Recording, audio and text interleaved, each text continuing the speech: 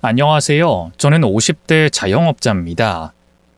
나름 우여곡절 많은 삶을 살았는데요. 오늘은 개중 제 전남편과 시댁에 대한 얘기를 좀 해보려고 합니다. 마지막에 충격적인 반전이 숨어 있으니 꼭 끝까지 들어주세요. 저는 어릴 때부터 친정아빠와 사이가 각별했어요. 엄마가 저 초등학교 들어가기도 전에 돌아가시고 아빠와 단둘이 살았거든요. 그래서 결혼할 때도 맘 같아선 아빠를 모시고 싶었는데요. 제가 믿지는 결혼이라면 모를까 아내로서 또 며느리로서 그러기가 힘들었네요. 저희 남편이 대한민국 1등 신랑감이라고 할 수 있는 의사였거든요. 시아버지도 고위급 공무원이셨고 말이죠. 그에 반해 저는 평범했어요. 아니, 오히려 평범보다 떨어지는 수준이었죠. 아빠는 치킨 장사를 하셨고요. 저는 공부머리가 없어서 2년제 전문대도 간신히 졸업했어요. 그 뒤로도 드라마 작가가 되겠답시고 허송세월하며 서비스직 아르바이트만 전전했죠. 특히 병원 앞에 있던 죽집에서 오래 일했는데요. 남편이 거기로 자주 밥을 먹으러 왔어요. 그러다 보니 자연스레 안면을 트고 말을 나누게 됐고요. 그러다 사귀고 결혼까지 하게 된 거죠. 제 입으로 이런 말하긴 좀 그렇지만 제가 돌아가신 엄마를 닮아서 얼굴이 제법 예쁘장한 편이거든요. 근데 또 성격은 차분하고 얌전한 편이에요. 남편은 바로 그런 점이 마음에 들었다 하대요. 저는 저대로 적극적으로 대쉬하는 남편이 남자답고 카리스마 있어 보여서 좋았고요. 맘 같아선 좀 더 길게 연애하고 싶었는데 사귄 지 반년 만에 애가 들어서면서 서둘러 결혼을 하게 됐어요. 저를 못마땅해 하던 시부모님도 임신했다고 하니 더는 반대를 못 하시더군요. 저희 남편 집안이 워낙 손이 귀한 집안이거든요. 오죽하면 시아버지가 맨몸으로 시집와도 좋으니까 떡두꺼비 같은 아들만 낳아달라 하셨을까요? 저희 아빠도 원래 제 결혼을 반대하는 입장이었어요. 너무 차이 나는 집으로 시집가면 저만 고생한다는 게 그 이유였죠. 하지만 역시나 제 임신 소식을 전해 듣고는 더는 아무 말도 못 하시더군요. 그런 아빠에게 얼마나 죄송했는지 몰라요. 무엇보다 아빠를 혼자 남겨두고 시댁으로 들어가는 게 너무 마음에 걸렸죠. 미안해, 아빠.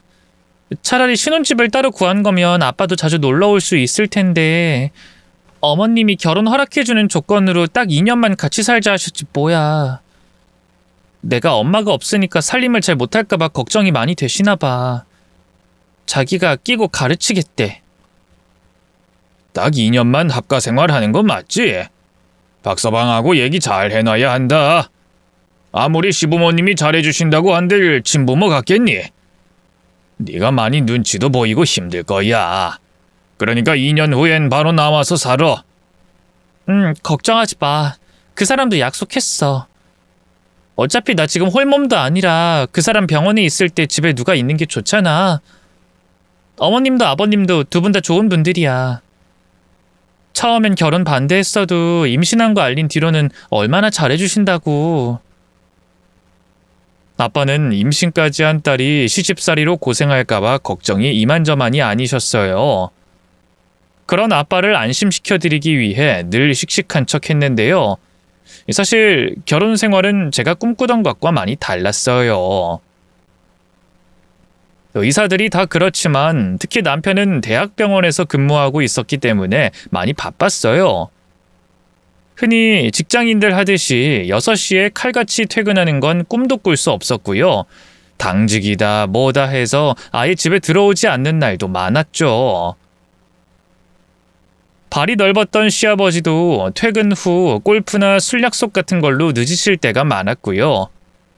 자연스레 집엔 시어머니와 저 단 둘이 있는 날이 많았는데요.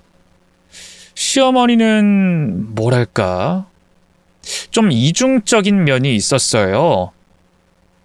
남편이나 시아버지 앞에선 제게 참 잘해주셨거든요.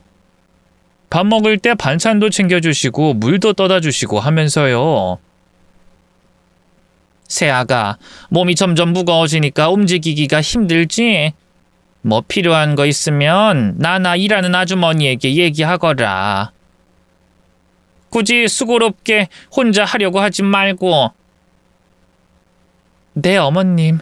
감사합니다. 원래 애 생기면 제일 생각나는 게 친정엄마거든. 나를 네 엄마처럼 편하게 생각하렴. 고부 사이라고 너무 어렵게 생각 말고. 처음엔 그런 시어머니를 철석같이 믿었어요. 처음 결혼할 때만 좀 반대하신 거지 막상 며느리로 들이니 내 사람이다 생각하고 잘해주시는구나 했죠. 그런데 웬걸 남편이 일 때문에 본격적으로 바빠지기 시작하자 시어머니의 태도도 조금씩 바뀌기 시작했어요. 남편이 출근하고 나면 일하는 아주머니를 아예 방에서 쉬게 하고요. 저를 불러다 점심을 차려라, 거실 가구를 쓸고 닦아라, 온갖 집안일을 시키셨죠. 내가 너 괴롭히는 거라고 생각하지 말렴. 나라고 뭐 굳이 수고롭게 너하고 이러고 싶은 줄 아니? 근데 네가 뭐 할 줄 아는 게 있어야지. 이래서 정상적인 부모 밑에서 큰 애를 들이고 싶었던 건데 어디 이런 기본적인 가정교육도 못 받은 애. 에이, 다 내 팔자지, 내 팔자. 다른 건 다 참을 수 있었는데요. 시어머니가 가정교육 운운하면서 저희 친정아빠와 돌아가신 엄마를 욕하는 건 참을 수가 없더라고요. 그래서 한 번은 큰맘 먹고 시어머니에게 말했어요. 어머님, 그래도 저 대학 공부까지 다 했고요.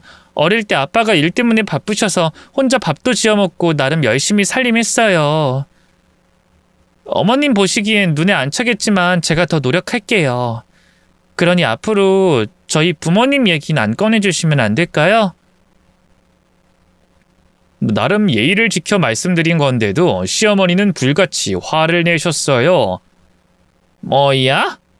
아니 이게 어디 시애미가 말하는데 눈을 똑바로 뜨고 대들어? 너 내가 이럴 줄 진작에 알아봤어.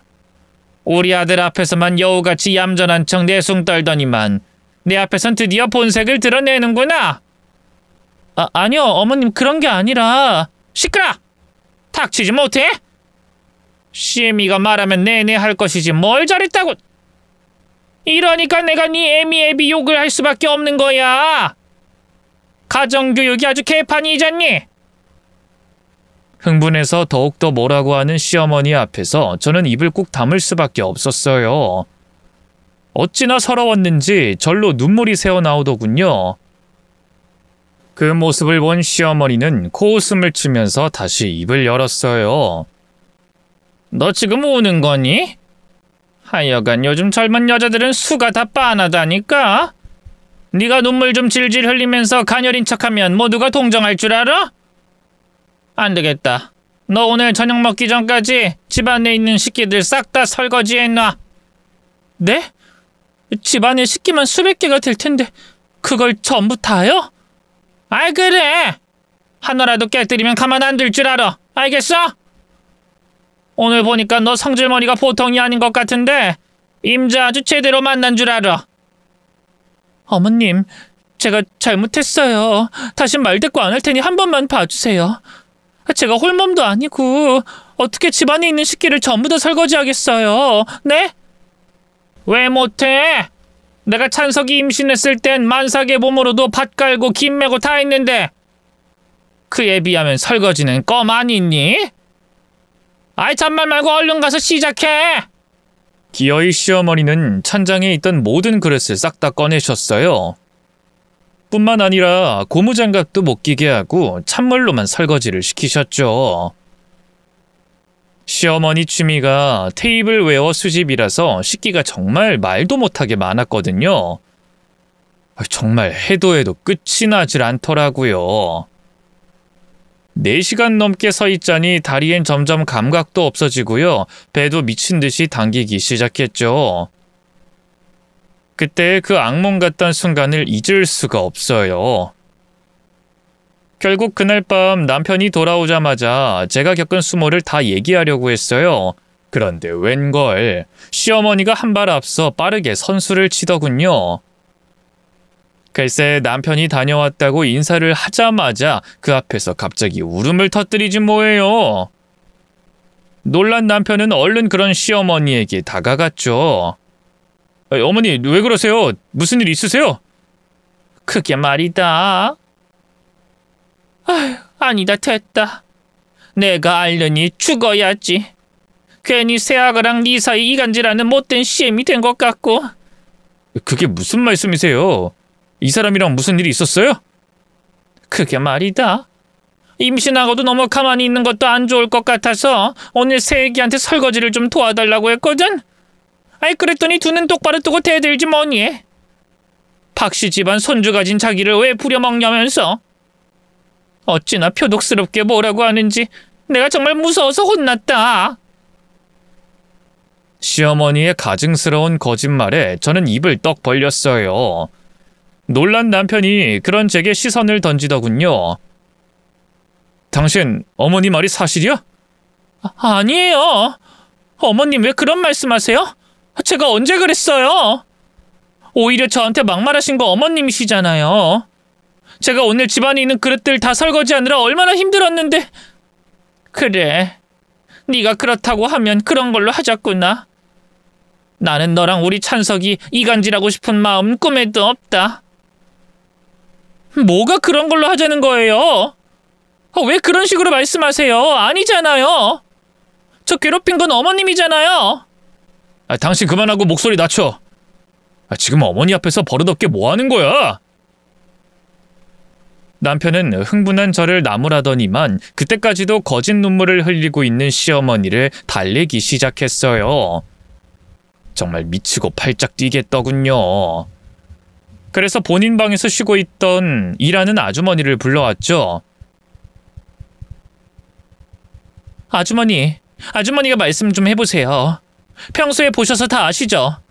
어머님이 아버님이랑 이 사람 있을 때랑 없을 때 제게 하는 행동이 완전히 다르잖아요.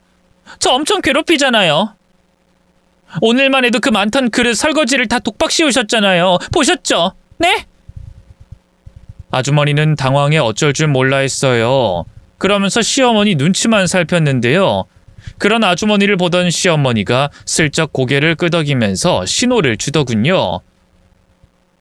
뭔가 잘못됐다는 걸 느낄 새도 없이 일하는 아주머니가 다시 입을 열었어요. 아유, 작은 사모님 정말 왜 이러세요? 평소에 큰 사모님이 얼마나 잘해주시는데. 네? 뭐라고요? 어머님이 저한테 잘해주신다고요? 네, 오히려 작은 사모님이 임신했다는 핑계로 어머님한테 이거 해달라 저거 해달라 하녀처럼 부려먹으시잖아요. 옆에서 보기 얼마나 불편하던지. 근데 이젠 저한테 거짓말까지 하라고 시키시는 거예요? 제가 잘리는 한이 있어도 그런 짓은 못하겠네요. 죄송해요. 그때 깨달았어요. 일하는 아주머니는 시어머니의 하수인이나 다름없다는 걸 말이죠. 실질적으로 이 집에서 저는 시어머니보다 힘이 없었으니까요. 또 일하는 아주머니 입장에선 제가 들어온 뒤로 얼마나 편했겠어요. 본인이 해야 할 집안일을 제가 다 하고 있는데 말이죠. 시어머니와 편을 먹고 저를 모함하는 그분을 보고 있자니 정말 기가 막히더라고요. 너무 억울한 마음에 눈물까지 팽 돌더군요. 다 같이 짜고 치는 고스톱이네. 그래, 믿든 안 믿든 당신 마음대로 해. 전 그렇게 일갈한 뒤 다시 방으로 들어왔어요. 그리고 백앤릿의 얼굴을 묻고 펑펑 울기 시작했죠. 그 순간 너무 친정아빠가 보고 싶었어요. 당장 전화라도 걸까 했는데요. 이내 마음을 고쳐먹었네요. 아빠 입장에선 시집간 딸이 울면서 연락하면 얼마나 마음이 안 좋으시겠어요. 안 그래도 혼전 임신으로 갑자기 곁을 떠나버린 불효녀인데 적어도 시집가서 잘 살고 있는 모습이라도 보여줘야 할 거 아니겠어요? 그렇게 얼마나 한참을 울었을까요? 문 열리는 소리가 나는가 싶더니만 누군가 제 옆에 앉았어요. 다름 아닌 남편이었죠. 꼴을 보아하니 시어머니를 달래주다가 이제야 방으로 들어온 것 같더군요. 남편은 울고 있는 저를 보며 길게 한숨을 내셨어요. 당신 아직도 울고 있었어? 무슨 상관이야? 내가 울든 통곡하든 당신은 관심도 없잖아. 어머님한테나 가봐. 한두 살 먹은 애도 아니고 유치하게 정말 왜 이래? 내가 뭘? 어머님이 하는 짓이 더 유치하지 않아? 어쩜 그렇게 가증스럽게 새빨간 거짓말을 잘도 지어내는지. 일하는 아주머니랑 말까지 맞춘 거 봐. 너무 소름 끼쳐. 말 조심해. 나 낳아준 어머니이자 당신 시어머니야. 당신 정말 어머님 말 다 믿는 거 아니지? 그치? 그래. 나도 당신이 우리 엄마한테 그렇게 막 나갔을 거라는 생각 안 해. 아마 둘 사이에 오해가 있었겠지. 남편이 무조건적으로 시어머니 말을 믿지 않는다는 건 참 다행이었어요. 하지만 오해라는 말이 그렇게 거슬릴 수가 없더군요. 오해는 무슨 오해? 이건 어머님이 그냥 나 맘에 안 들어서 일방적으로 괴롭히는 거잖아. 어쩜 뱃속에 자기 손주 품고 있는 여자를 이렇게까지 벼랑 끝으로 내몰 수가 있어? 설거지 좀 시킨 거 가지고 오버하지 마. 오버하지 말라니. 이렇게 괴롭힌 게 한두 번인 줄 알아? 가정교육 운운하면서 툭하면 우리 부모님 욕하고. 나도 참을 만큼 참았다고. 오죽하면 내가 이러겠어? 당신이 이해해야지. 우리 어머니 입장 좀 생각해보라고. 의사 아들 내조 잘할 수 있는 1등 며느리 드릴 거라고 아주 벼르고 계시던 분이야. 근데 덜컥 당신이 임신해서 며느리랍시고 이 집에 들어왔으니 어머니 입장에선 마음에 안 드는 게 당연하잖아. 그럴수록 당신이 더 잘하려고 노력해야지. 몰랐는데 남편은 아주 대단한 효자더군요. 결혼 전에는 미처 몰랐던 일이었어요. 하긴 모든 대한민국 남자들이 결혼하고 나면 갑자기 효자가 된다고는 하대요. 어쨌든 남편의 그 말이 그렇게 서운할 수 없더라고요. 멈췄던 눈물이 다시 흐르기 시작했죠. 그게 무슨 말이야?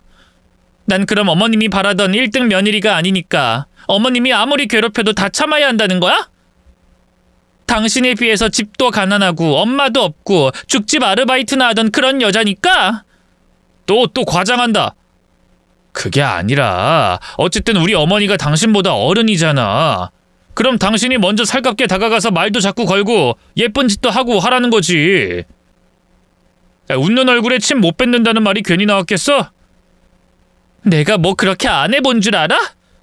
근데 아무리 다가가려고 해도 어머님은 자꾸만 밀어내는 걸 어떡해? 당신이 어머님이 나한테 하는 걸 직접 한번 봐야 돼. 그래야 더 노력하라는 등 그따위 개소리 안 하지. 뭐? 개소리? 당신 화난다고 뱉으면 그게 다 말인 줄 알아? 남편과 제 다툼은 좀처럼 끝나지 않았어요. 결국 화가 난 남편은 씩씩대면서 밖으로 나가버렸고요. 그날 저희 부부 침실이 아닌 서재에서 잤죠. 다음 날에도 새벽같이 나가버려 풀 기회조차 없었네요. 그걸 안 시어머니는 더욱더 난리를 쳤어요. 어디 하늘 같은 서방을 서재 소파에서 재워? 너 미쳤니? 네가 뭔데 감히 내 아들을? 너 두고 봐. 내가 그놈의 버르장머리를 아주 단단히 꽂혀줄 테니까. 그 뒤로 시어머니는 집안의 모든 일을 다 제게 떠넘겼어요. 저는 부른 배를 안고 홀로 그 넓은 집을 쓸고 닦고요. 제사 때나 김장철엔 그 전전날부터 한시도 쉬지 못하고 죽어라 일해야 했죠. 남편은 그런 제 상황을 아는지 모르는지 늘 일로 바빠 무심하기만 했네요. 어쩌다 제가 하소연하면 결국 싸움으로 번지게 되니 저도 점점 입을 닫게 되더라고요. 맘 같아선 그냥 이혼하고 싶었는데요. 친정아빠 가슴에 대못 박는다는 생각에 두렵기도 했고요. 무엇보다 갓 태어난 딸을 애비 없는 자식으로 키우고 싶지 않았어요. 제가 한부모 가정에서 자란 만큼 그 서름을 누구보다 잘 알고 있었으니까요. 아니, 어쩌면 다 핑계일 수도 있어요. 지금 생각해보면 그냥 저 혼자 독립해서 딸을 책임질 자신이 없었던 것 같네요. 지옥 같은 시집살이를 견디게 해준 유일한 희망은 분가였어요. 결혼 전에 2년만 같이 살고 독립하기로 했으니까요. 그날만 손꼽아 기다렸죠. 하지만 남편은 결혼한 지 2년이 넘도록 별 말이 없었어요. 결국 참다 제가 먼저 분가 얘기를 꺼냈는데요. 웬걸 남편은 난색을 표하더군요. 아이, 꼭 분가를 해야겠어? 아이, 지금 부동산 값이 너무 올라서 집 사기 좀 그런데. 집값이 앞으로도 계속 오르지 않겠어? 우리가 뭐 투기를 하려는 것도 아니고 실거주 할 건데 차라리 지금 사는 게 낫지. 그리고 약속했잖아. 2년만 딱 살고 독립하자고. 그렇긴 한데 새별이도 아직 어리니까. 어머님이랑 일하는 아주머니가 같이 봐주시는 게 낫잖아. 집안 사정을 아무것도 모르는 남편을 보고 있자니 코웃음이 나더군요. 시어머니는 태어난 손주가 딸이라는 걸 안 순간부터 자기 손으로 분유 한 번 타준 적이 없는 분이었거든요. 일하는 아주머니도 시어머니의 힘을 믿고 언젠가부터 저와 딸을 막대했고 말이죠. 두 사람이 어디 우리 새별이를 예뻐하는 줄 알아? 아주 못 잡아먹어 안달인데. 새별이를 위해서라도 얼른 집 구해서 나가는 게 나아. 그래도 아직은 좀 상황이 그래. 나 병원 일도 너무 바쁘고. 일단 가을 지나서 다시 얘기해보자. 하지만 남편은 그 뒤로도 계속해서 나중에 하며 분가를 차일피일 미뤘어요. 도무지 그 이유를 알 수가 없어 답답하기만 했는데요. 한 1년이 지나서야 남편의 속사정을 알게 됐어요. 너무 충격적이게도 남편은 도박 중독자였어요. 저 모르게 그동안 모아둔 돈을 전부 다 도박에 꼬라박았더군요. 심지어 시아버지가 결혼하면서 집 살 때 보태라고 주신 돈까지 말이죠. 돈 관리를 전부 남편이 다 하고 있었기 때문에 정말 꿈에도 몰랐지 뭐예요. 당신 미쳤어? 어떻게 의사가 도박을 해? 이거 병원에 알려지면 어쩌려고? 알려질 일이 뭐가 있어. 그리고 나 말고 다른 의사들도 많이들 해. 처음에 나 입문시킨 것도 같이 일하는 소아과 의사놈이라고. 됐고, 다신 하지 마. 내가 도박해서 패가 망신했다는 사람은 많이 봤어도 대박나서 성공했다는 사람은 한 명도 못 봤으니까. 걱정하지 마. 이미 끊었으니까. 돈이 뭐 있어야지. 어쨌든 당신도 이제 분가 소리는 입에 올리지도 마. 당장 전세살이 할 돈도 없는데 무슨. 남편은 참으로 뻔뻔하기 그지없었어요. 전 재산을 다 날려놓고도 자기가 번 돈 자기가 날린 건데 뭐가 문제냐는 식이더군요. 내 한 달 월급 당신도 알잖아. 맘 잡고 다시 모으면 그깟 집 금방이야. 그러니까 몇 년만 더 참고 기다리라고. 알겠어. 당신 진짜로 다신 도박하면 안 돼. 알겠지? 알겠다니까. 저는 불안한 마음에 남편에게 몇 번이고 다짐을 받아냈는데요. 도박에 괜히 중독이라는 말이 따라 붙겠어요. 남편은 그 뒤로도 자꾸만 저모르게 도박을 했어요. 인터넷으로 하는 불법 도박부터 하우스에서 하는 카드 도박까지 아주 다양하게 골고루 해댔죠. 나중엔 판돈도 점점 커져서요. 저 모르게 따로 은행에 빚까지 내서 도박을 하기 시작했죠. 꼬리가 길면 밟힌다고 결국 시댁에서도 그 사실을 알게 됐어요. 남편이 이자를 미납하는 바람에 체납 통지서가 집으로 배달이 됐거든요. 시아버지는 당장 남편을 소환해 뺨을 때리셨고요. 시어머니는 그 와중에도 제 탓을 하더군요. 네가 제대로 내조했어봐. 우리 아들이 왜 도박에 빠지겠어? 이게 다 너 때문이야. 네가 우리 아들 앞길 망칠 줄 내가 진작에 알아봤다고. 이제 어쩔 거야? 우리 아들 인생 다 조져놓고 어쩔 거냐고! 어머님, 저는 이 사람이 도박하는지도 몰랐어요. 뒤늦게 알고 나서도 안 말렸는 줄 아세요? 알게 됐을 때 진작에 나한테 말을 했어야 할 거 아니야? 왜 그걸 그냥 두고만 봤어? 어? 이 사람이 어머님, 아버님한테 절대 말하지 말라고 했다고요. 도박한 건 이 사람인데 왜 어머님은 이 와중에 제 탓을 하세요? 시어머니와 제 신랑이에 결국 시아버지가 호통을 쳤어요. 아이, 둘 다 그만하지 못해? 식구끼리 협심해서 위기를 넘겨도 모자랄 판에 지금 뭐 하는 거야? 아이, 됐고, 찬석이 너 솔직하게 말해라. 지금 빚이 얼마나 돼? 한참 머뭇거리던 남편이 어마어마한 액수를 입에 올렸어요. 그게 실은 한 4억 정도 돼요. 뭐? 4억? 그 큰 돈을 도박으로 다 잃었다고? 시아버지는 혈압이 오르는지 목 뒤를 잡으면서 휘청거렸어요. 놀란 시어머니가 얼른 달려가 그런 시아버지를 부축했죠. 아무래도 남편 직업이 직업이다 보니 은행에서 대출도 잘 나온 것 같더라고요. 그나마 다행이라면 그 덕에 사채에까진 손을 안 댄 점이라고 할까요? 어쨌든 남편은 눈물까지 흘리면서 시아버지 발치에 매달렸어요. 죄송합니다, 아버지. 근데 저 한 번만 도와주시면 안 될까요? 그럼 다신 도박 안 하고요. 죽어라 이래서 돈도 다 갚을게요. 제발 한 번만 살려주세요. 어지간해야 도와주지 이놈아. 4억을 빚져놓고 도와달라는 말이 나와. 할아버지가 남겨주신 땅이랑 건물 있잖아요. 그거라도 팔면 어떻게 되지 않을까요? 남편의 말에 시아버지는 또 한 번 분기탱천에 화를 냈어요. 하지만 자식 이기는 부모 없다잖아요. 당장 자식이 빚쟁이가 되게 생겼는데 어느 부모가 그냥 두고 보겠어요. 결국 시부모님은 전 재산을 털어 남편의 빚을 갚아주셨네요. 그 뒤로 남편은 정신을 차린 눈치였어요. 같이 도박하며 어울리던 인맥도 싹 다 정리하고요. 병원과 집만 오가는 생활을 반복했죠. 그렇게 시간이 흐를수록 저희 가정에도 조금씩 안정이 찾아왔네요. 하지만 방심할 틈도 없이 또 다른 불행이 파도처럼 절 덮쳤어요. 바로 친정아빠의 대장암 발병이었죠. 처음 그 소식을 듣고 얼마나 놀랐는지 몰라요.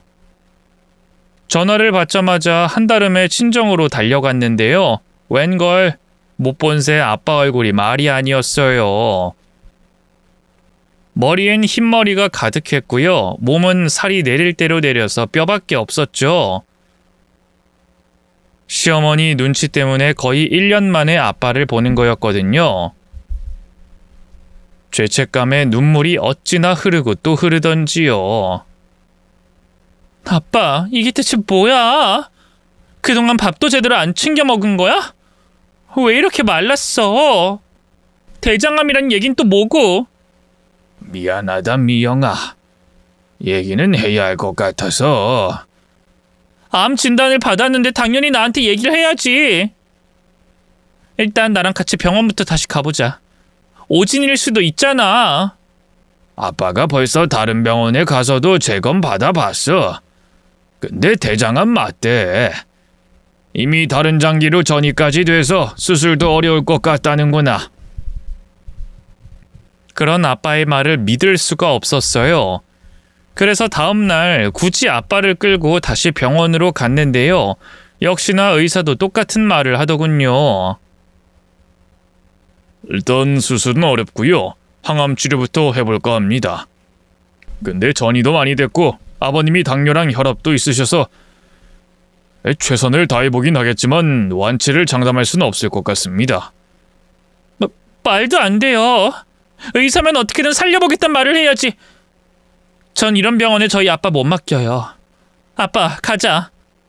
아빠 사위가 의사인데 왜 이런 돌팔이 밑에서 치료를 받아야 돼? 그 사람 일하는 병원으로 가자. 저는 괜찮다는 아빠를 데리고 바로 남편 병원으로 찾아갔어요. 남편은 그때까지도 저희 아빠 암 발병 소식을 모르고 있었는데요. 제가 사정을 털어놓으니 깜짝 놀라더군요. 그게 정말이야? 아니, 장인어른이 대장암 말기라고? 아니, 몇 기인데? 아니, 됐고 일단 그 병원에서 받은 소견서 좀 보여줘봐. 빨리! 남편은 외과 쪽이었는데요. 바로 대장암 쪽 담당 의사를 불러 소견서를 보여주고 의견을 묻더라고요. 그 의사 선생님 역시 완치는 어렵다고 얘기하긴 했는데요. 그래도 남편이 일하는 병원에서 치료받는 게 여러모로 훨씬 나을 것 같더군요. 그래서 부담스럽다는 아빠를 설득해서 남편 일하는 병원에 입원시켰네요. 남편은 저를 대신해서 입원 수속도 밟아주고요. 아빠를 담당하는 간호사와 의사한테 잘 부탁한다면서 인사도 했어요. 사실 좋다고 할 수 없는 부부 사이였지만 그래도 미우나 고우나 내 편은 남편뿐이란 생각이 들더군요.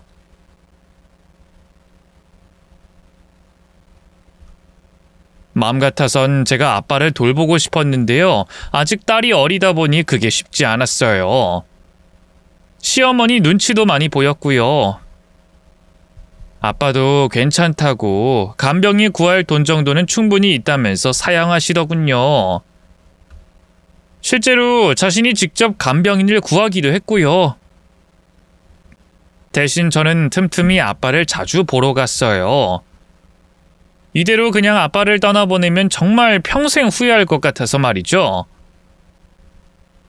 몰랐는데 암투병이라는 게 정말 힘든 거더라고요. 아빠는 한 번 항암 치료를 받을 때마다 너무 괴로워하셨어요. 음식도 잘 못 드시고 전부 토하기만 해서요.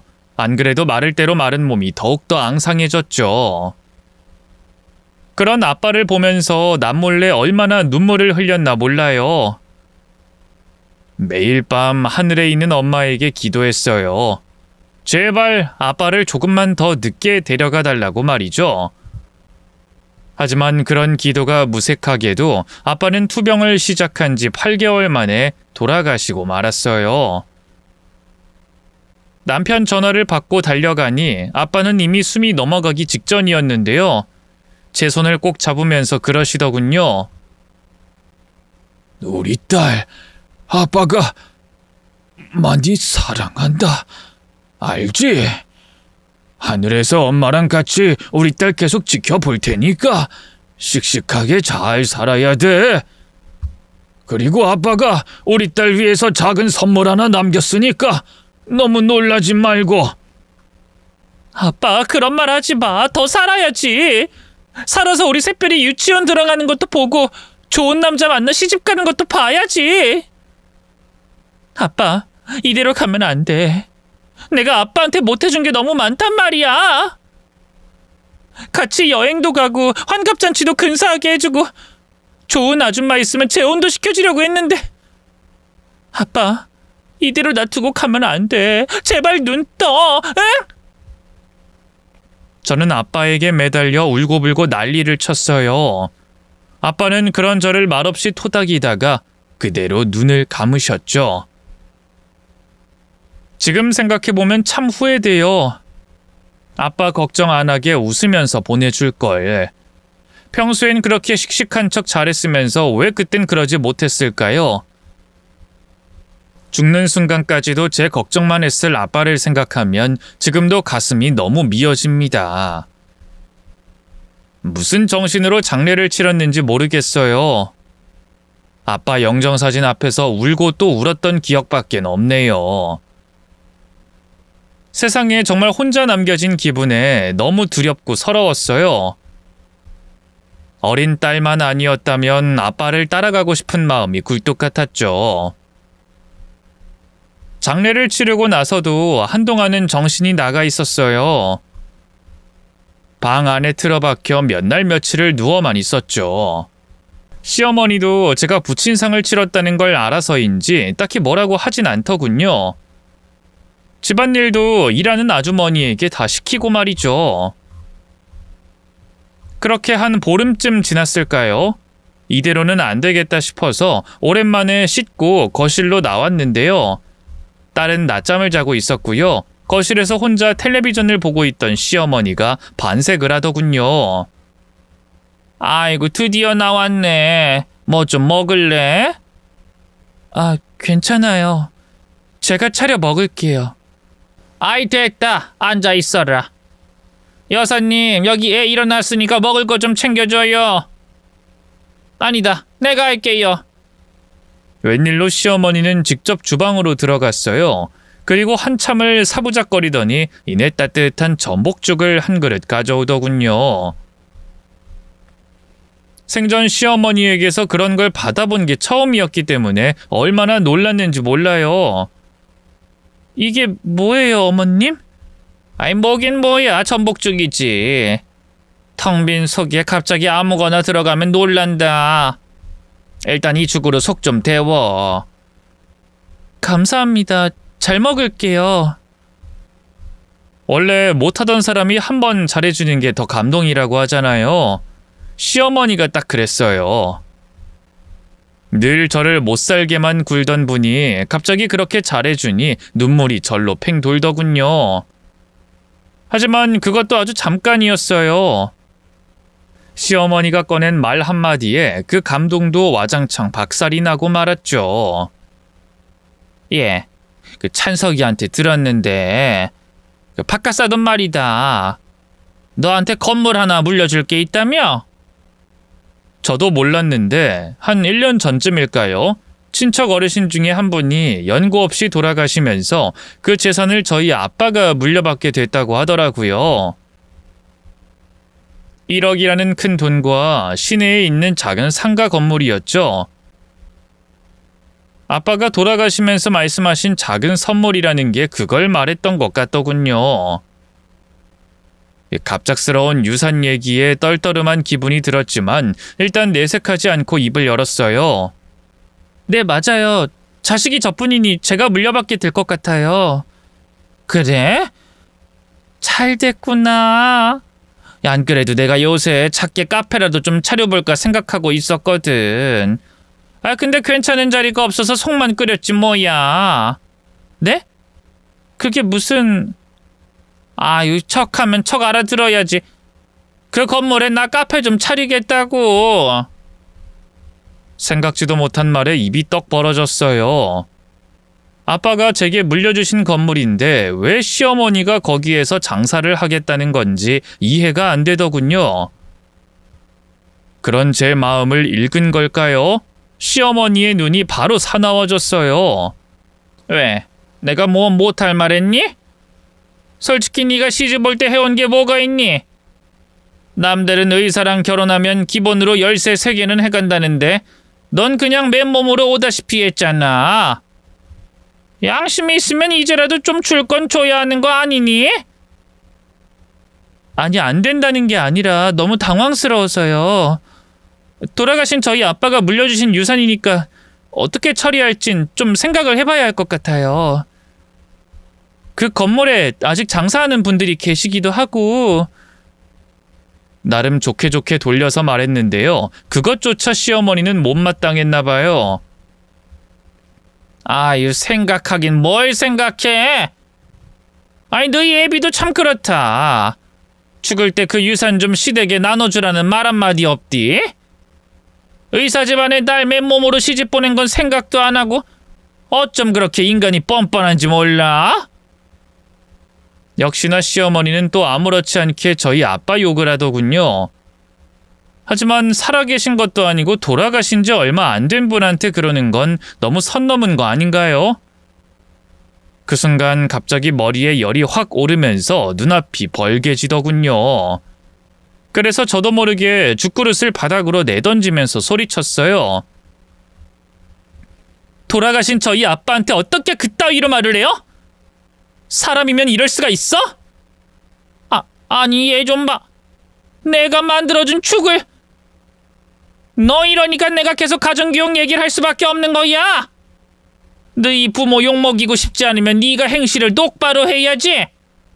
그러는 어머님은요. 어머님은 돌아가신 부모님한테 부끄럽지도 않으세요? 하나뿐인 며느리 이렇게 몇 년을 괴롭히고 사돈까지 천박하게 욕보이는데 어머님도 가정교육 잘 받은 사람처럼 보이진 않아요. 어머님이나 잘하세요. 인연이 정말 너 미쳤니? 진짜 이 집에서 쫓겨나고 싶어? 네, 저 미쳤어요. 어머님같이 막대 먹은 사람이랑 계속 살다 보니 미쳐버렸어요.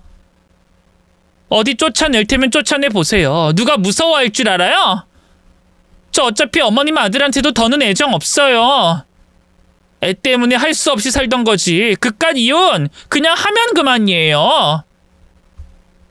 아이씨고 도망갈 친정도 없는 년이 어디 먼저 이혼을 입에 올려? 그래, 너 어디 두고 보자. 내가 너랑 우리 아들 진짜로 이혼시킬 테니까 두고 보자고. 우리 아들은 그래도 의사야. 너 같은 부모 없는 거지년이랑은 차원이 다르다고. 얼마든지 너보다 더 좋은 여자 다시 결혼할 수 있다 이거야. 시어머니는 입가에 비웃음을 띠며 절 조롱했어요. 저도 더는 참을 수가 없어서 그대로 방으로 들어가 짐을 싸고요. 자고 있던 딸을 품에 안고 시댁을 나왔죠. 그리고 남편에게 연락해 이혼하자 했네요. 조금 전 시어머니가 제게 저지른 만행을 얘기하면서 말이죠. 기가 막히게도 남편은 또 제 엄마 편을 들더군요. 또 시작이네, 또 시작이야. 어머니 계속 카페 차리고 싶어 했던 거 당신도 알잖아. 아이, 그럼 그냥 알겠습니다 하고 대답하고 넘어가면 되지. 뭘 또 생각해본다 어쩐다 하면서 속을 긁어? 당신이 그러니까 미련퉁이 곰이라는 소리를 듣는 거야. 글쎄, 내가 미련한 걸까? 당신 엄마가 못돼 처먹은 걸까? 뭐? 못돼 처먹어? 당신 정말 입조심 안 해? 이러면 진짜 이혼하는 수가 있어. 그래, 내가 바라는 게 바로 그거야. 내가 말했잖아, 이혼하자고. 참나, 당신 장인어른한테 유산 좀 받았다고 이렇게 겁없이 구나 본데 내가 바람을 폈어 뭘 했어? 이혼이 그냥 성립될 것 같아? 그리고 이혼하면 부부 사이의 재산도 다 나눠야 돼. 당신이 물려받은 유산 절반은 내 거라고. 전혀 몰랐던 사실에 눈앞이 캄캄해졌어요. 남편이 뭐라고 더 지 잘났다는 듯이 떠들어대는데 일단 전화를 끊고요. 급한 대로 친정으로 가 짐을 풀었죠. 근데 그러지 말았어야 했나 봐요. 아빠도 엄마도 없는 텅 빈 집이 어찌나 쓸쓸하고 고요하던지요. 시댁에 갇혀 살다시피 하다 보니 부를 만한 친구도 연이 다 끊긴 지 오래였죠. 홀로 딸을 끌어안고 얼마나 울었나 모르겠어요. 그런데 잠시 후 초인종이 요란하게 울리는 게 아니겠어요. 나가보니 남편이 그 사이 시어머니까지 끌고 와 있더군요. 여긴 어떻게 온 거야? 당신이 갈 데가 뻔하지 뭐. 친정밖에 더 있겠어? 여기서 청승맞게 울지 말고 얼른 집으로 가자. 내가 왜? 나 이혼할 거라고 했잖아. 아직도 정신을 못 차렸네. 아, 이혼은 무슨 이혼이야? 오늘 어머니랑 있던 일도 당신이 잘못했더만. 얼른 어머니한테 사과부터 해. 뻔뻔하게 제게 사과를 강요하는 모자를 보고 있자니 기가 막혔어요. 그래서 보란듯이 더 목소리를 높였죠. 아니, 싫어. 내가 잘못한 것도 없는데 왜 사과를 해? 오히려 어머님이 나한테 사과해야지. 그러자 시어머니가 뻔뻔스럽게도 또 거짓 눈물을 흘리더군요. 봤지, 찬서가? 얘가 또 이렇게 표독스럽게 나오는 거 보렴. 내가 아무리 잘해주려고 하면 뭐하니? 이렇게 날 미워만 하는데. 남편은 또 그 가짜는 연극질의 동조에 제게 뭐라고 하더군요. 기가 막혀서 그런 모자에게 선언하듯이 다시 말했어요.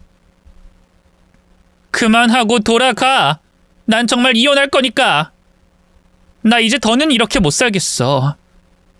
나만 보면 못 잡아먹어 안달인 어머님도 너무 힘들고 그런 어머님 편만 드는 당신도 더는 못 참아. 이 여편네가 정말 이혼이 무슨 애들 장난인 줄 알아? 누가 장난하지? 나도 진지해. 그래, 좋아. 이혼하고 싶으면 이혼해. 근데 알지?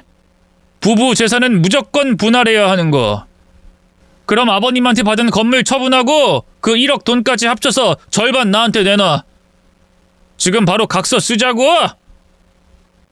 남편은 그 와중에도 유산에 대한 자기 몫을 주장했어요. 정말 날강도가 따로 없더군요. 하지만 제가 법에 대해 뭐 아는 게 있나요? 똑똑한 남편한테 꼼짝없이 휘둘릴 판이었죠. 그런데 바로 그때였어요. 엘리베이터 문이 열리더니 웬 정장 차림의 젊은 남자가 저희 쪽으로 다가오더군요. 아, 역시 여기 계셨네요. 한민중 씨 따님인 한명 씨 맞죠? 대뜸 제 이름을 부르는 남자에게 얼마나 놀랐는지 몰라요. 제가 어쩔 줄 몰라 하며 쳐다만 보자 남자가 제게 명함 하나를 내밀었어요. 아, 저는 이상한 사람 아니고요. 한민중 씨가 생전에 고용한 변호사입니다. 며칠째 연락드려도 안 받으시길래 댁에도 가보고 여기도 와본 건데 이제야 뵙게 되네요. 그제야 모르는 번호로 며칠째 계속 전화가 오던 게 생각났어요. 제가 모르는 번호로는 전화를 잘 안 받기도 했고요. 친정아빠 돌아가시고 너무 경황이 없어서 핸드폰 확인도 잘 못했거든요. 하지만 여전히 어안이 벙벙한 건 마찬가지였네요. 아빠가 고용한 변호사라니. 치킨집을 운영하는 평범한 소시민이었던 아빠가 변호사를 고용할 일이 뭐가 있겠어요? 그런 제 속을 읽은 것처럼 변호사가 다시 입을 열었어요. 듣자 하니 남편분이랑 시댁 때문에 고생을 많이 하셨다면서요. 아버님이 돌아가시기 전에 저희 로펌으로 찾아와서 의뢰하셨어요. 자기가 혹시라도 잘못되고 나면 딸이 너무 마음에 걸린다고 유산을 물려줘도 그걸 다 시댁에 뺏길 것 같다고요. 장례 치르고 나면 꼭 따님 찾아뵙고 유산 상속에 대해 잘 설명해 주라고 신신당부하셨습니다. 또 혹시라도 이혼하고 싶어하면 힘이 돼달라고 하셨고요. 그제야 아빠가 돌아가시기 전에 말한 작은 선물이란 게 뭔지 알겠더라고요. 그동안 아빠한테 내색 안 한다고 무진장 노력했는데 아빠는 제가 시댁 때문에 얼마나 힘들어하는지 다 알고 계셨던 거예요. 하긴 뭐 모를 수가 없었겠죠. 제가 아빠 생일 때 아니면 잘 찾아뵙지도 못하고 시어머니 눈치가 보여 딸 얼굴도 잘 못 보여주곤 했으니까요. 뒤늦게 전달받은 아빠의 마음에 걷잡을 수 없는 눈물이 흐르기 시작했는데요. 그런 제 마음을 알았는지 변호사가 품에서 손수건을 꺼내 내밀더군요. 이제 걱정하지 마세요. 제가 아버님 의뢰 꼭 잘 처리하겠다고 아버님하고 약속도 약속했거든요. 수임료도 넉넉하게 받았고요. 그러니 최선을 다해서 미영 씨를 돕겠습니다. 감사합니다. 정말 감사합니다, 변호사 선생님. 그러자 그 모습을 잠자코 지켜보던 남편과 시어머니의 얼굴이 사색이 되더군요. 아니, 당신은 갑자기 나타나서 뭐 하는 거야? 남의 집안일에 뭔데 끼어들려고 해? 우리 와이프한테서 당장 떨어져. 떨어지라고! 남편은 다가와 저와 변호사 사이로 끼어들었어요. 저는 그런 남편에게 당당하게 소리쳤죠. 당신이야말로 나한테서 떨어져! 당장 꺼지라고! 이혼하자는 내 말 못 들었어? 아니 이게 근데 아까부터 자꾸 이혼! 아 그래 이혼해! 근데 재산은 똑같이 반 나눠야 할 거 아니냐고! 남편은 또다시 저희 아빠 유산을 요구했어요. 제가 뭐라고 입을 열기도 전에 변호사가 앞으로 나서더군요. 재산이라고 하면 돌아가신 한민중 씨가 물려주신 유산 말씀하시는 겁니까? 죄송하지만 그건 특유 재산에 해당돼서요. 이혼 시 재산 분할 대상에 포함되지 않습니다. 뭘 알고 말씀하시죠? 변호사의 똑부러진 말에 남편과 시어머니의 얼굴이 파랗게 질렸어요. 당신이 뭘 안다고 끼어들어? 내가 누군지 알아? 나 땡땡병원 의사야. 배울 만큼 배운 사람이라고! 선생님은 의사지만 전 변호사인데요. 저보다 법에 대해 더 잘 아십니까? 뭐 제 말을 못 믿겠다면 일단 이혼 절차부터 밟도록 하죠. 고인에게 듣자 하니 아내분이 결혼 내내 마음고생이 심했다던데 남편분한테 유책 사유가 있을 경우 위자료도 받아낼 수 있다는 거 아시죠? 제가 승수율 높기로 유명한 변호사라서요. 대비 단단히 하시길 바랍니다. 변호사의 말에 남편은 부들부들 떨기만 할 뿐 아무 말도 하지 못했어요. 그러자 눈치를 보던 시어머니가 갑자기 제게 다가와 손을 덥석 잡더군요. 얘, 너 정말 이혼할 거 아니지? 그치? 아까는 내가 잘못했다. 찬석이가 도박으로 날려먹은 돈이 얼마니? 난 그것 때문에 네가 마음고생하는 게 너무 보기 안 좋아서 가게라도 해서 너한테 경제적으로 지원 좀 해주고 싶었던 건데. 오해가 좀 있었던 것 같아. 이제 와서 살살 저를 구슬리려고 드는 게 눈에 보여 기가 막히더군요. 그래서 그런 시어머니의 손을 매몰차게 뿌리치면서 말했어요. 드디어 어머님 입에서 잘못했다는 말이 나오네요. 진작에 좀 이렇게 본인 죄를 인정하지 그러셨어요. 이미 버스는 떠났어요. 전 절대로 어머님 용서 못해요. 돌아가신 우리 아빠랑 엄마 욕한 거 절대 안 잊을 거라고요. 예, 내가 잘못했다니까. 이러지 말고. 됐고. 그렇게 아끼는 아들 손 붙잡고 꺼지세요. 저는 시어머니를 밀어내며 변호사 곁으로 바짝 붙었어요. 그러자 변호사가 제게 묻더군요. 남편분이 도박을 했습니까? 네, 맞아요. 한때 중독돼서 모아둔 돈도 다 날리고 억대빚도 지고 난리도 그런 난리가 없었어요. 그래요? 그건 당연히 유책 사유가 될 수 있습니다. 일단 저희 사무실로 가서 자세히 얘기 나눠보죠. 저는 딸을 품에 안고 변호사와 같이 그 자리를 뜨려고 했어요.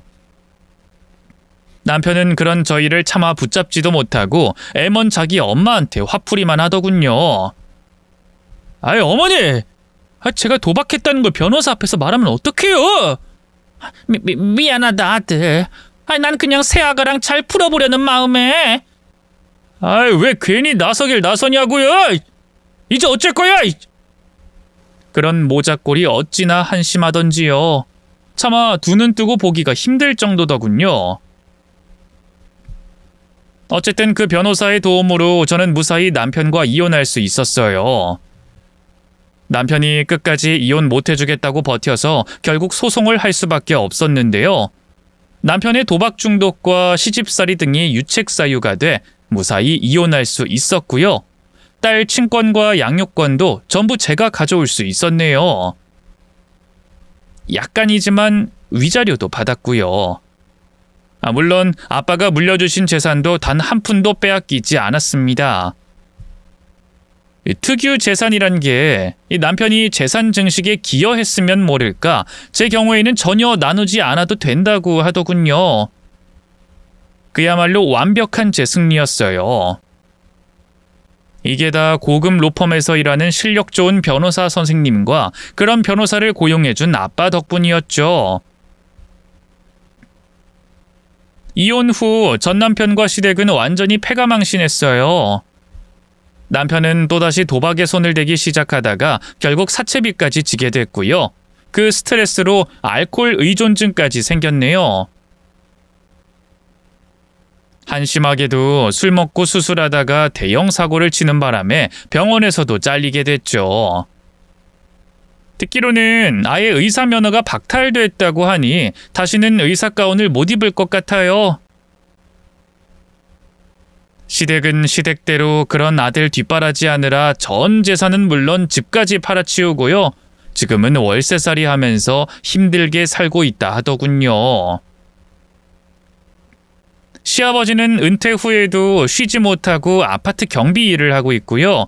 시어머니는 식당에서 설거지 일을 하고 있다 하대요. 다 자식 농사 잘못 지은 탓이죠 뭐. 반면 저는 이혼 후 행복하게 잘 살고 있어요. 아빠가 물려주신 재산으로 딸도 남부럽지 않게 키웠고요. 작은 식당을 운영하면서 저 스스로 밥벌이도 하고 있답니다. 저도 제 인생이 이렇게 필 줄은 몰랐어요. 그러니 지금 힘든 일을 겪고 계신 분들이 있다면 절대 포기하지 말고 견뎌내시길 바랍니다. 긴 얘기 들어주셔서 고맙습니다. 모두 행복하세요.